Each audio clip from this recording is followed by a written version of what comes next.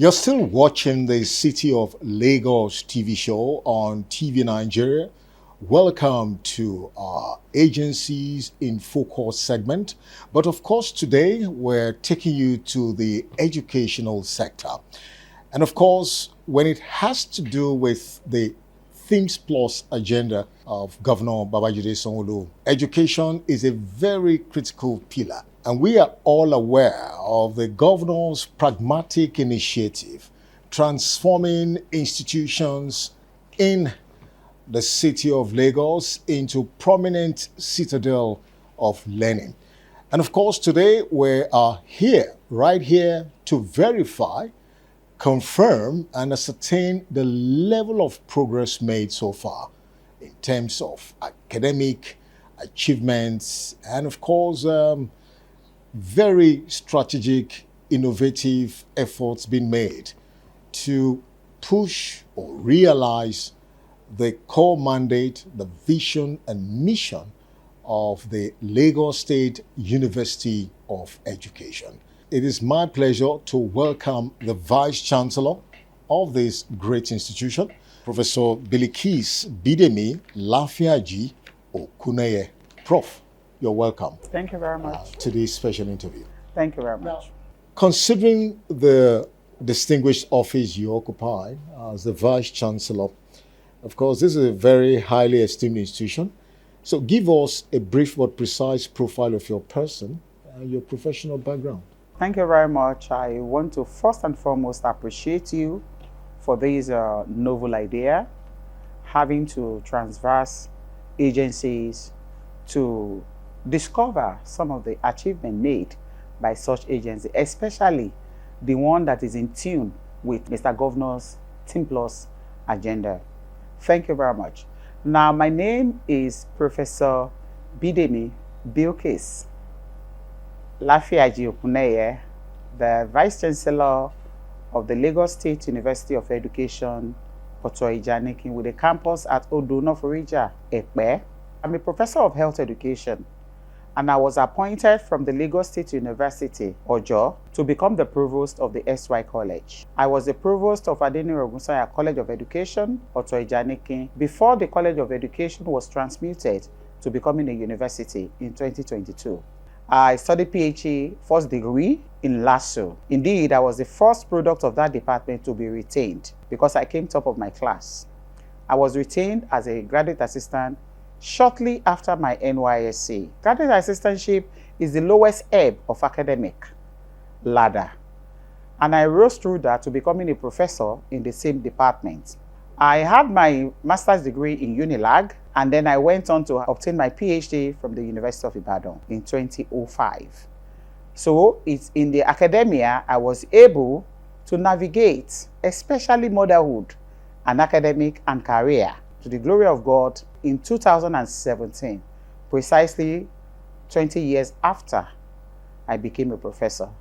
And I had my inaugural lecture July 16, 2019. That's been quite an interesting journey in the academic world. Now, we need you to give us a historical background about the university and what are your core values, the vision and mission statement of the university. This university came into being February 2nd, 2022. It was the day that the bill was signed into law. Indeed, government thought that it was a wasteful venture to have two colleges of education that are not having commensurate population of students because the enrollment was dwindling. No one wants to send their words and children to those colleges of education any longer. In the two colleges of education we have in Lagos State, as at then, enrollment was below 5,000 for the two colleges. So government thought it wise, under the leadership of our then Special Advisor on Education, Barrister Tokunbo Wahab, to fuse these two colleges of education to becoming a university of education. But as soon as we became a university, we were given quota from JAMB as to the number of students that we should admit. We were given quota of 3,005 in our first year. The subscription, of course, was more than that, but we have to stick to having 3,500. The second year, we wrote to JAMB to help increase the quota because there was pressure. LASUED was the only university on this axis. So parents were willing to at least have their children in Lagos so that there will be proper monitoring.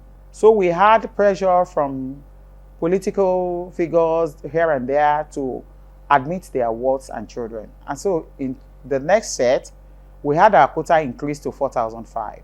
But as we speak, our population is over 10,000. By His grace, we should be graduating our first set of students next year. The vision is for us to be a great and dynamic university focused on the attainment of excellence in producing exemplary educators and other related professionals who are critical thinkers and information technology compliant. That's our vision. And our mission is to produce outstanding, globally acceptable educators and related professionals using innovative and creative approaches through relevant action research and technology with high moral standards and values. And so our core values, we have excellence, dignity, commitment, professionalism, and inclusiveness. Those are our core values. We have been able to run uninterrupted academic calendar. And these can only be attributed to the support we are getting from government. Government had actually helped to upgrade this College of Education to have university status. As a university of education, what are the criteria and, of course, procedures of admission process into this university? Thank you. Maybe I forgot to say that though we are a university of education, we still have some professional courses. We have a bachelor's degree in education, and we also have single honors. Let me give you a typical example. We have BSc Ed Computer Science. That one is tailored towards teaching profession. We have BSc Computer Science. That is tailored towards the industry. So these two degrees are run pari passu. The only difference is that those in education have double honors, BSc Ed. Those who study only computer science have single honors. They can only work in the industry, they cannot teach. But this other one will be able to teach as well as work in the industry. So the admission criteria is not something that is difficult. It is what obtains 5 O-level credits, including English and maths, all those stuff that befits each of these programs. For example, you want to study fine arts. We do not expect that you have credit in fine arts in the secondary school. No. Fine arts program is open if you have your English and mathematics and 3 other subjects. But for some other courses, for example, you want to study B.Ed Health Education, you must have biology. So these are specifics. But for some courses, they are general. It will just be credit in English and math and any other 5 O-level credits. And of course, we have a quota, JAMB score. The year we started, we had 170 as our cutoff. But by the following year, we pushed it to 180 because the subscription was larger. So we push it to 180. Maybe next admission, we will push it to 200 because we are now largely subscribed. Now, for the purpose of actualizing your vision and attaining your mission, what is the nature and level of synergy between this university and other local institutions of higher learning? And of course, your collaboration with the Lagos State Ministry of Tertiary Institutions. As to collaborations, there are several collaborations that one can easily relate with. We have collaboration with the University of Education, Egypt, University of Cairo precisely. We have staff exchange. And of course, collaborations are also very, very active within the country. We also have Taisholari University of Education, and that had been very active because we have staff exchange. Often. It is something that is ongoing. It's never stopped. We have them on sabbatical, adjuncts, We also share ideas.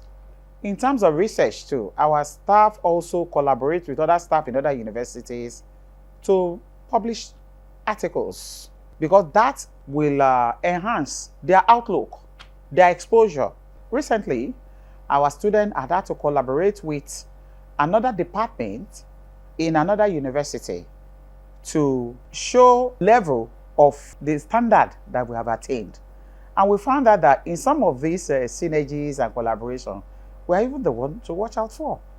It is of great importance to understand that basically, as the Vice Chancellor, you sure have a strategic master plan. Yeah. I'm sure Lagosians and all stakeholders will want to hear how you've been able to actualize your strategic master plan for this university. You know, when I was applying for the position of provost, I was made to include in my application my personal vision and mission. And that became my strategic plan. When I assumed office, I already had spelled out what I wish to achieve if I become a vice chancellor. What is my wish for the system? And one of it is to ensure conducive working and learning environment through good human relations among staff and the administration. And without being immodest, we have been able to achieve that because I have good relationship with my student. Just this morning, I called the student this morning to speak with them and hear them out. What are your wishes? What have you achieved? What are your expectations? And they related those to me. And I said, we're good to go. That is our wish for you too. So among students, staff, there is this good relationship, which of course is one foremost of my action plan. The second one is to ensure a stable academic calendar and stem down situations that will lead to misunderstandings. I tell you, in the last 3 years, we had our academic calendar back to back. No break. Our students came in October 2022, and they are in their year 3 now. They'll be graduating next year. So we have been able to also achieve that, and will continue to strive to achieve that. To improve on infrastructure, including sports facilities, our sports center, especially our indoor hall, you can't find any other on this axis. The sports facilities have been upgraded. We have standard basketball courts, standard badminton courts, all the sports facilities. Then the next one is to have regular meetings between management, staff and student unions for harmonious working relationship. That is ongoing, it's an ongoing thing. To improve on internally generated revenue, we have been able to float programs like Diploma in Hospitality and Tourism, Diploma in Transport Studies, and Diploma in Fisheries and Aquatic Studies. And we have over 100 students on this diploma program. And so many others. To have committees of ICT, to have committee of student support, reward and recognize security advisory committee, and lots of them. And I have ticked the one I have achieved so far. Let's look at the issue of security and safety of students, staff, and people within the university community. What are the security measures you have in place? Because in the higher institutions, we always have the issue of secret cultism, rape, sex molestation, drugs. So have you been able to bring some level of sanity to the university community? Here, we have zero tolerance to all of these vices. And during our orientation, we tell our students that we have zero tolerance for cultism, drug abuse, sexual harassment, and the rest of it. Indeed, the university has a policy on sexual harassment. We have policy on security. What we have also done is to create an app, security app for our students. And they all have it downloaded on their phone. If they have distress, they just tap on the app. They don't have to start searching. For example, if you're abducted now, your phone, you just tap on your phone. It sends signal to our control room and show your location. And so work can start. We launched that last year. So our students have access to that. Other security issues like security of staff too. We don't take anything for granted. We make sure that we act on every information. We don't think that, that information may be false, especially if it has to do with security. No, we don't take it for granted. Sexual harassment, rape. There was a time that we had this issue of rape. It was then the XY College. And the then provost, left our office with slippers to the scene of the incident. Yeah. And that person who perpetrated that act is currently in Ikoyi prisons. So we don't take for granted anything that has to do with security of our students. Because I do tell my students that if there is anything that is making me a vice chancellor, it is because you are students. So students are our priority, and our staff are also doing well. Professor Bilikis Bidemi Lafiaji Okunaye, the Vice Chancellor of the University of Education, Lagos State, has been talking to us on major giant strides of administration. Now, Prof, let's look at your achievements, the major significant achievements of the Institute. In terms of infrastructure, before now, when you walk around the campus, you can easily count on your fingertips how many buildings. But now we have additional buildings, and government is really giving us the support. Whatever we have done to hand Mr. Governor's love, it is quite appreciated and it's not taken for granted. I would have been able to initiate and complete 5 buildings. I would have been able to also initiate e-library. Indeed, you can access our library on the phone. If you download the app, LASUED Library, you can see our library because we already have an application that is registered. Also, administrative building, that's our Senate building. I met that building as a skeleton. It was all pillars. Because of this administration, we have been able to almost complete that building. And I tell you, in the next few months, that building will be commissioned by His Excellency, our governor. And we have that building named after him because he has great support. I'll be glad and happy if the governor's name is inscribed on that building. We have a guest house. When you visit here, you can always ask for the guest house, which is a source of IGR. Presently, we have the hostel being constructed. So in no distant future, this university will become a residential university. TED Fund has really been very helpful. In the next couple of months, that project will be completed. The other achievement, like I told you, security app. In this institution, we have also been able to institute security summits that we hold every year. This is the second edition of the Security Summit. We started in 2023. The theme was insecurity, cost of living, and good governance in the 21st century. We invite stakeholders, Obas from Ekpe. We have another campus in Ekpe, so we invited all the traditional rulers. Our students live in the neighborhood. These traditional rulers are the ones taking care of our students in the neighborhood. So there is every reason to invite them for such things.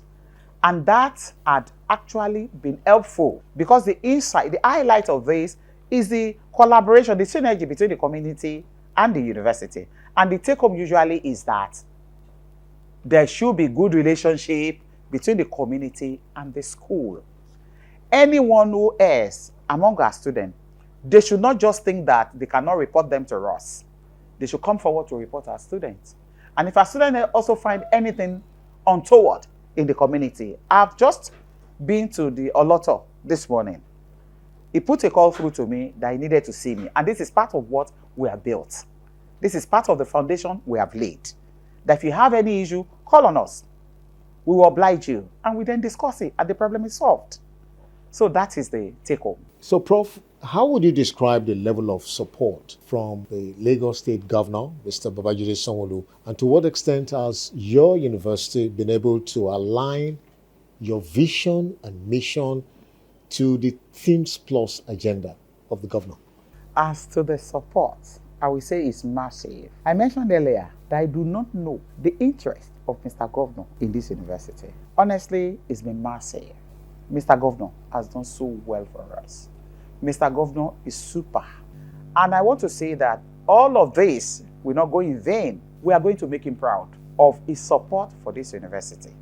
As to aligning our vision, Mr. Governor is paying particular attention to education and health. And I want to tell you that we have benefited so much from that education aspect of the team's agenda. In terms of health too, we have a very befitting health center that can go to becoming an HMO. We have X-ray machine, which was also done by this administration. We have scan machine. We have every aspect of health present in our health center. And so, in terms of aligning, do we have any choice other than to align?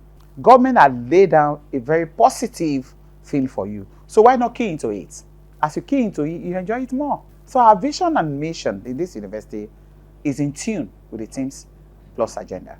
Your success as the Vice Chancellor of this university is very much dependent on your workforce. And so, what is your effort with regards to improving their capacity? 2 colleges fused together. And before we became a university, we have close to 100 PhD holders. As we speak, we have close to 150 PhD holders in the university. Of the population, academic staff of 500 and something PhD holders. Others that have not earned are on it. Others are staff who have just been employed with master's degree, and they are also pursuing their PhD. And presently, TED Fund is also giving us support in that regard. People are sponsored for PhD within and outside the country. Just this morning, one of our scholars was at Malaysia for his PhD, returned and came to visit me this morning. And we had to pray. He showed me his certificate, and we had to pray. He left about 2 years ago, and he's back with his PhD through TED Fund. So for human capacity, we sponsor our staff for advancement. We also ensure that they go for seminars and workshops. They also go for conferences. Seminars, workshops for non-teaching staff, because you can't have, they complement us. You can't have academic staff without non-teaching. The work cannot be done alone by academic staff. So we also make sure that our non-teaching staff also align with the teaching so that the working environment will be more conducive. Based on the information you have given, obviously you have made remarkable achievements and giant strides. But we know there are future plans. So maybe you need to share with us what are those prospective plans, developmental initiatives, and projects moving forward. Thank you very much once again. We intend to move beyond the point that we are. We intend to go further down the campus to encourage contractors to come in and help us build on this swampy area so that the campus is further expanded. And the same plan also goes for Ekpe. At the Ekpe campus, we have also had new buildings springing up. We also intend to introduce new programs for the university. Presently, we have 7 colleges, 3 colleges here and 4 colleges in Ekpe. But in the next few months, we'll be having an extra college on this campus, which is the College of Management Sciences. We also have planned to have College of Environmental Sciences Education, where we have courses like architecture and the rest of it. We also intend to build on our academic staff, to have more academic staff, especially at the PhD level, to attract more professors so that we can have a baseline, we can have a very solid foundation for our students. All in all, we wish that our infrastructure is improved more than what we have. Our student population keeps increasing, and then we should be able to start in the next 2-3 years our postgraduate programs. Because by that time, our students would have graduated and they will be willing and wishing to come back and have their PG program up to PhD level. Vice Chancellor, what are your words of encouragement, assurance to parents, students, staff members, the university community, stakeholders, partners, and to Lagosians in general? We are a university to watch out for in the next couple of years by the stride that we are achieving now. To parents, we are first among the best. It's embedded in our anthem, the first among the best. We are the second university of education to be recognized by NUC. And so we intend to eventually be the first to be ranked the best state university of education. Parents, they must bring their wards and children to this university. For our partners, we are faithful, we are honorable.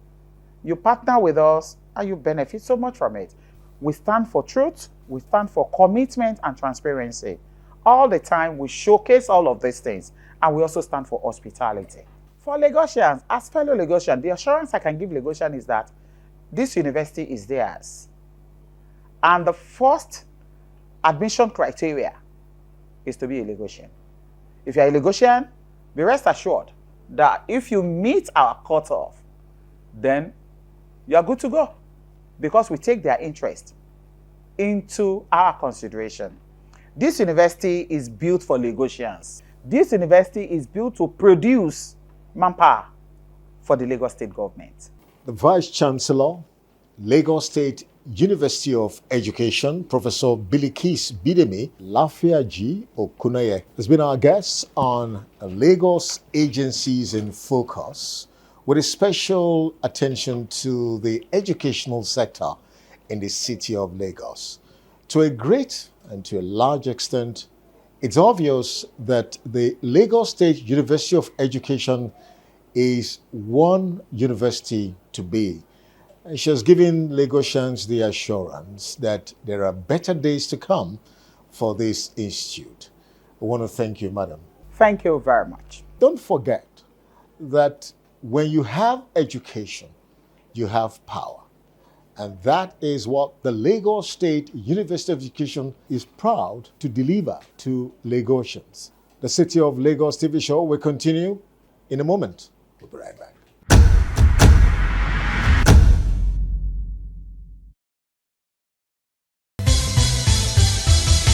Go Lagos!